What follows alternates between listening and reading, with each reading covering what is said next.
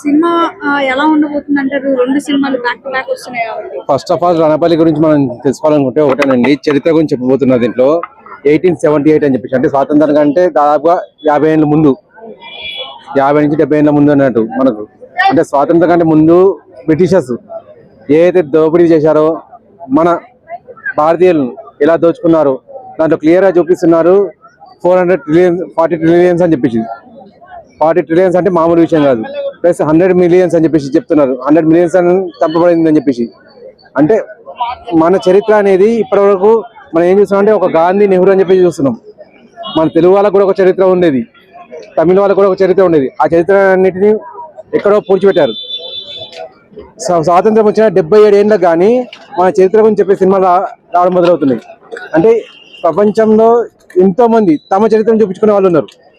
ఒక్క భారతదేశం మాత్రమే అతి హీన స్థితిలో ఉంది. ఇప్పటికి కూడా అక్బర్, బాబర్ గురించి తెలుసు కానీ ఎవరు కూడా శివాజీ గురించి కానీ లేకపోతే రాణా ప్రతాప్ గురించి కానీ తెలియదు. అటువంటిది మన లోకల్ హీరో అని చెప్పేసి ఒక రణబలి అనే స్టోరీని తీసుకొని వస్తున్నారు. అది రిలీజ్ అయ్యాక మనకు అసలు విషయం తెలుస్తుంది, అసలు ఇది నిజమైన స్టోరీనా లేక వాళ్ళు కట్టుకథ కల్పించి చెప్తున్నారు అని చెప్పేసి. కాకపోతే దీంట్లో చూపించేది మాత్రం ఏదైతే దోచుకున్నారో అది మనకు ట్రైలర్లో క్లియర్ కనిపిస్తుంది అన్నట్టు. అంతేకాకుండా ఒక బ్రిటిషర్ని శిక్షించడం అని చెప్పి అది క్లియర్ కనిపిస్తుంది మనకు. విజయ్ దేవరకొండ గారు లాస్ట్ లో ఒక గుర్రం మీద తను ఈడ్చుకెళ్తున్నారు. అంటే ఎంత కసి ఉంటే ఆ ముఖంలో అంత కసి చూపించగలుగుతారు. ఒక హీరో ఫేస్ లో ఆ కసి అనేది క్లియర్ గా ఏర్పడుతుంది. అంటే నా దేశవాసులని దోచుకున్నావు, నీకు కూడా నేను శిక్ష వేయాలి అనే పందాలో ఆ కసి అనేది ఫేస్ లో క్లియర్ కనిపిస్తుంది అన్నట్టు.